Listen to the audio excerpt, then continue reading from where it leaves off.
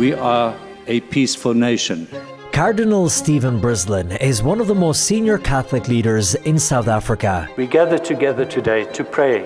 Formerly the Archbishop of Cape Town, he's now based in Johannesburg, and he sits down with me for a one-on-one interview about the Church in South Africa. South Africa is a deeply spiritual country. That does not translate into people belonging to a formal religion. What form does it take if it isn't traditional religion? We talk about one of the country's greatest challenges, crime. There are obviously still racial tensions in South Africa. You can't obliterate all those years of colonialism and separation and apartheid. People are fleeing South Africa for their own safety. I also ask him about US President Donald Trump's controversial comments from the Oval Office when he claimed that white genocide was happening in South Africa. White farmers have been targeted. It's certainly not a genocide. I mean, we must get through that. It's about crime. And we discuss the Holy Land and the ongoing war in Gaza, to which the Cardinal has a connection. From what is happening at the moment, I cannot see that there are going to be any winners. I'm Colm Flynn, and this is my interview with Cardinal Brislin of South Africa. Cardinal Brislin, it's a pleasure to meet you, and thank you for doing this interview. A great pleasure. I was watching you on television, South African television, recently on a network called EWN. Eyewitness News. Eyewitness News. Yes. Now, not to be confused with our network, EWTN, yes. But EWN, and I liked it because the opening question from the host, straight in, yeah. And she said to you at the beginning of the program, Your Eminence, is the Catholic Church a cult? Yes, indeed. That was the first question. What an opening, I thought. Yeah. And you gave a great answer, but I'm not going to ask you that. Yes. Because we know a cult is something that we tell people to run from. Absolutely. To stay away from. It's something that takes from life. Yes. But what I want to ask you, the complete opposite of that. Why do you think the Catholic Church is something we should promote, tell people to go towards, and something that gives life? It's precisely because what you're saying, because it gives life. I mean, we believe that life comes from God and that all created beings, everything that has life in it, is from God. And the Catholic Church promotes the dignity of each and every human person. And that means that we are trying to allow people to flourish, that we believe that each person has their own giftedness, the gifts that come from God, and that those gifts should be allowed to flourish within people, that they can use them at the service of humanity to build community, to reach out to others who are suffering in some way or in some sort of need, recognizing in each and every person my brother or my sister, and that we are a community that is meant to care for each other, to look after each other. The Church believes very, very firmly that life begins from the womb, from conception, and ends with natural death. And it is all about trying to bring in a respectful life, to bring in goodness, to bring in beauty. That is what the Church is trying to do. And that opening question of, is the Catholic Church a cult? Yes. Is that representative of the feeling among the people of South Africa? Have they completely lost touch with the Catholic faith, or was that just maybe a provocative way to start an interview? Or what is the lay of the land for the Catholic Church in South Africa? The interviewer did say to me that question had come from a young person. Oh, really? Yes. Wow. She said that she had been speaking to some young people, and they said, ask him if it's a cult. I would suggest that it's not really a belief that the Catholic Church is a cult, but it was having seen the conclave taking place on television with all the ritual, the processions, the singing, the Swiss guards and so on, that perhaps to that young person gave some sort of impression that this is a cult, a secret society perhaps, with all this sort of secrecy of the conclave, cardinals being cut off from the world and so on. I think that might have been behind it. Because for many young people, this would have been their first time interacting with the global Catholic Church, or seeing the Vatican in high definition, if you like, there streamed on the news because there was such interest in this conclave. Very much so. And in South Africa, we got unprecedented visuals of it. I mean, we've never had so much publicity before around a conclave. And the interest that was there among the general public in South Africa, because we know religiosity, if you like, is declining, and there's a huge young population in South Africa. Yes. I think I read that 37% of the population of the country is between the age of 15 and 34. Yes. So are they religious at all? Are they spiritual? Very much so. South Africa is a deeply spiritual country.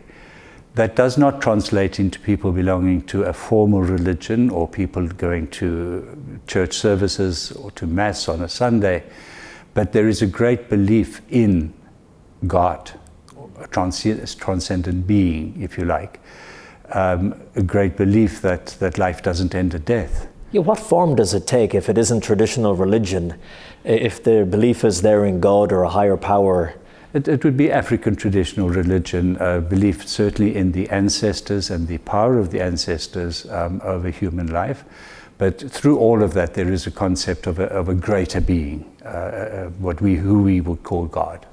Yes. It's fascinating when you look at Africa as a continent, and I know you can't speak generally about Africa, but last year when I went to places like Kenya or Angola, or in the past, Uganda, you see such a boom in Catholicism. Yes. In the traditional sense of men going into the seminary, women becoming nuns, the Catholic Church is flourishing. But I take it in South Africa, the trend is different. The trend is very different. Catholicism is about 6.5% of the population. Our total population is 63 million in South Africa. We've been very influenced by Protestantism, and you probably are aware that the Catholic Church is just over 200 years old in South Africa, because it had been previously banned by the Dutch colonialists, which was followed up by the British. And so it's a relatively young church. But also a big influence that has happened, of course, was independence in 1994.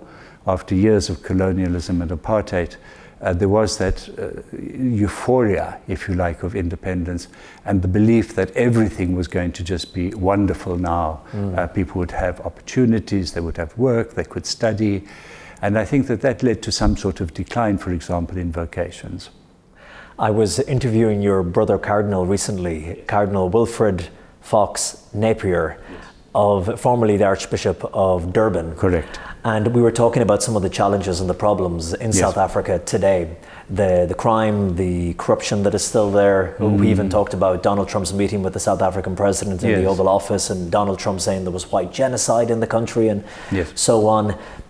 He had it from his perspective, coming from the Archdiocese of Durban. You were in Cape Town. Now you're in Johannesburg. Yes. What's the situation as you see it on the ground?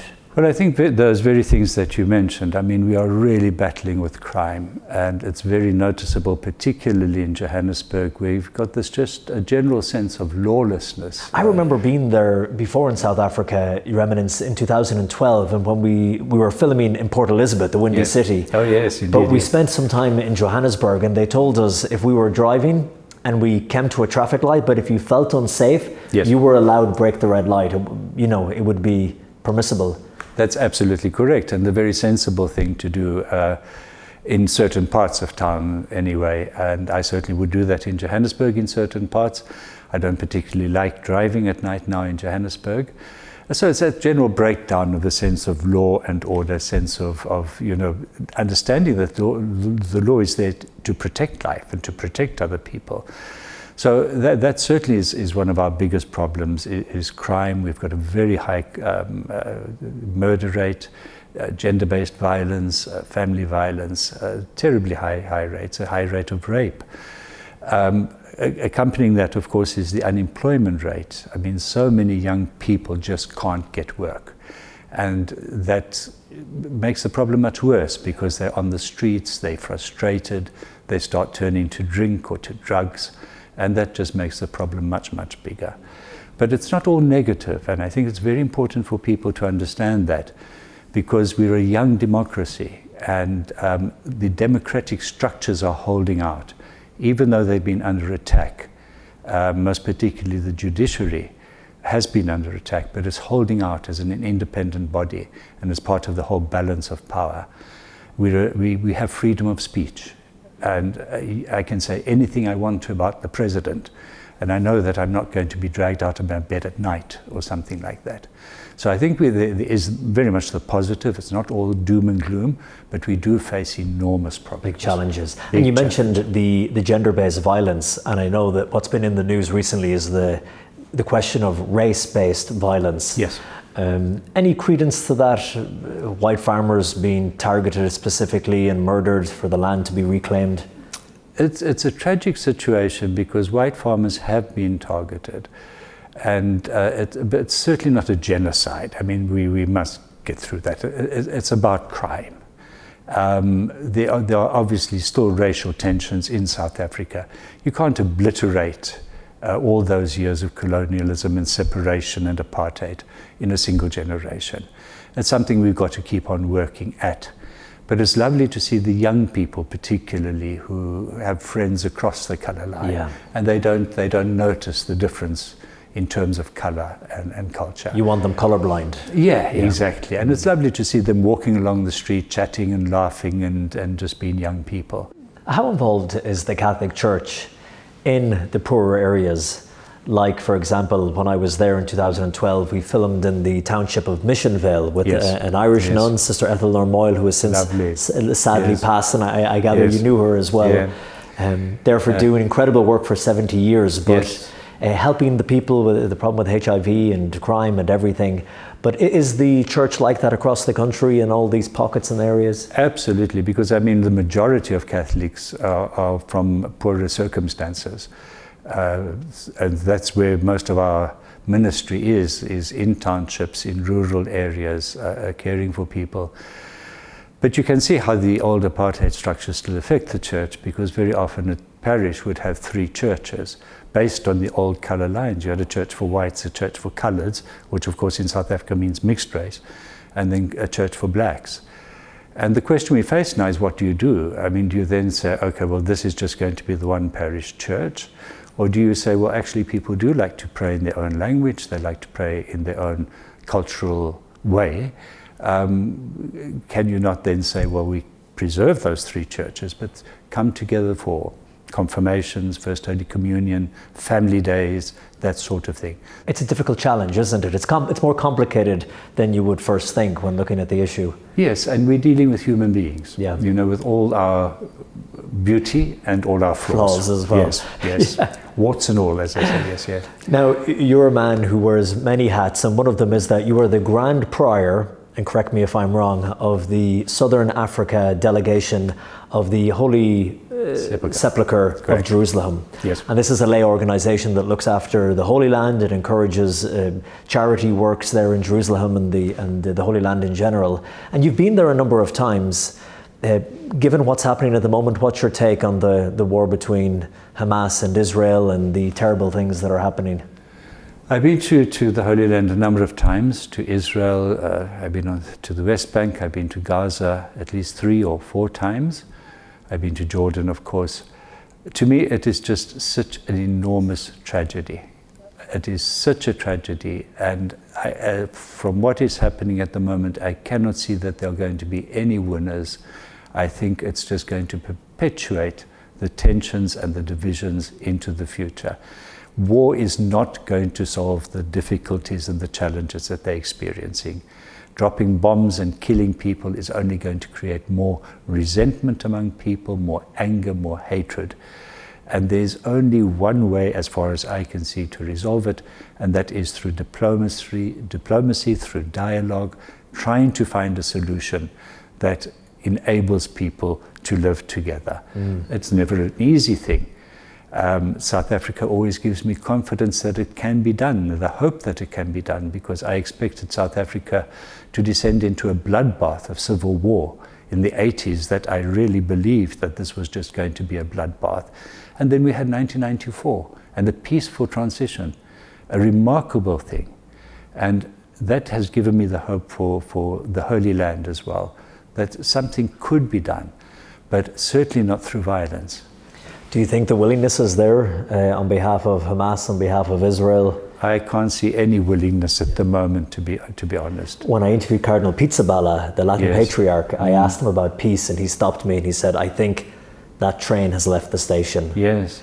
And I've known people in Israel, you know, when I went on the Holy Land coordination a number of times, and part of it was always to have a meal with a Jewish family. We visited families in Gaza and sat down and had tea and cake, and we got to know their young people and their children. And you think of these people who are good people and yet cannot live together. It is really such a tragedy. I pray daily, particularly for peace in the Holy Land. What do you think the church could do more of? Because I know that South Africa has taken a very strong stance. Yes. They even took Israel to the International Court of Justice, yes, claiming that they were perpetrating genocide on yes, Gaza. Should the church be speaking along those lines? What should the church be doing more, do you think? For me, the church should always keep the doors open to people. I think one of the biggest mistakes that South Africa made some years ago was withdrawing our ambassador from Israel. And while I can understand the reasons they did it, we've got to keep doors open. And unless we're keeping those doors open, we're never going to be able to bring people together. So I think for me, the church must always be able to meet with and negotiate and dialogue with both sides. That was actually, we had a lunch the other day here yes, in Rome, and at our table was an ambassador, very well-known, well-respected ambassador to the Holy yes, See, and he told us that one of the things he found remarkable about working with the Vatican and what he learned yes, was even during times of conflict, even if they will favour a side and denounce one, they will always talk to both yes, and never block yes, one out. And it's so unfair sometimes when, for example, the Holy Father meets somebody controversial, and then a lot of the media criticize him for it. But it's precisely because we're trying to work for peace. Speaking of the Holy Father, yes, you yourself have been a cardinal for how many years now? Going on for 2. 2 years. Yes. You were appointed by Pope Francis. I know that you received a phone call from you received a text message from someone in another part of the world? Thailand. Yes, and you said, this is crazy. When I said, I'm ignoring this. Yeah. And then your communications officer called you and correct, you got your laptop out and you said, well, I don't see anything about this here. Exactly. Yeah. Were you surprised? Shocked. Really? Shocked, yes. It just was so unexpected. And so I didn't quite know how to deal with it even, and once the communications officer had spoken to me, of course, then the calls started coming in thick and fast. I got used to the reality, and of course I was part of the Holy Father's, he was part of our group of 2023 who were elevated by Pope Francis. Why do you think he chose you to become a cardinal? Well, I've been wondering that for a long time. I think other people might wonder it too. So I'm really not quite sure. I'm not sure what sort of qualities he looked for in a person.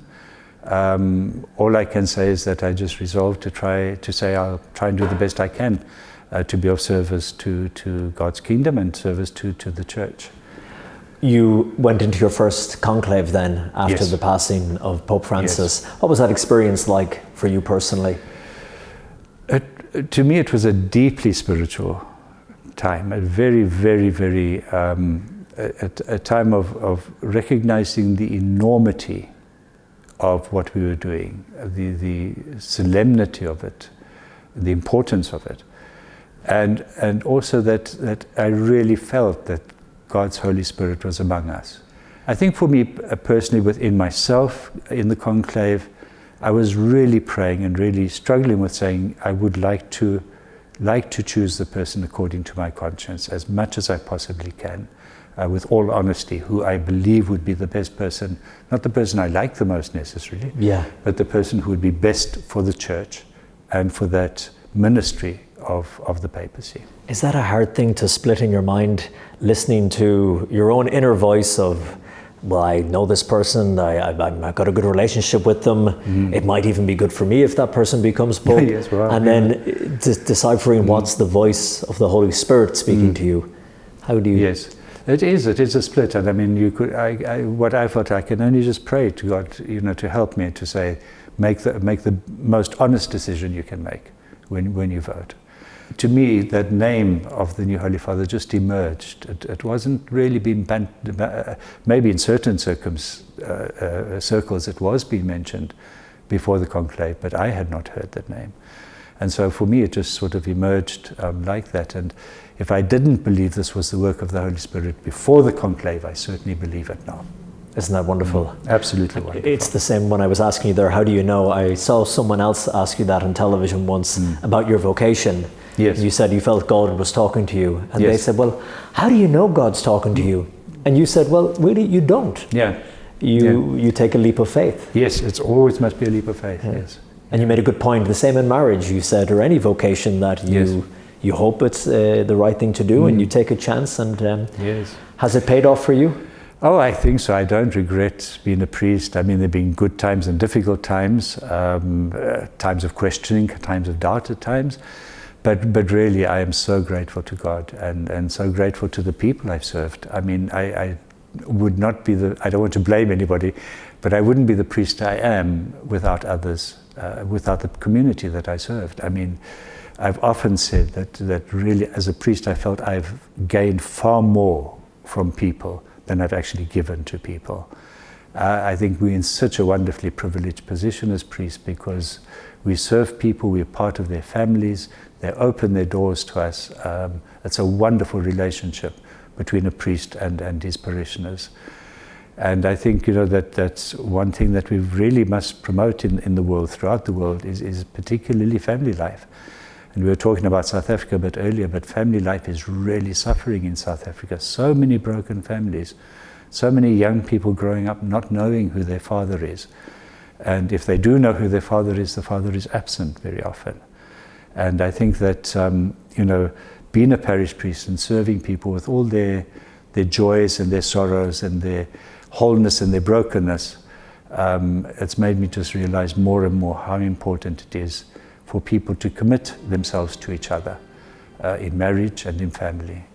Because if we're just living as individuals without committed relationships, then really we just remain, in a sense, isolated. No man is an island. Correct. As they say. Yeah. Well, Cardinal Stephen Brislin, it's been a pleasure talking to you. Thank you. Thank you so much for your time. Thank you very, very much, Colm, and many blessings on you and on EWTN.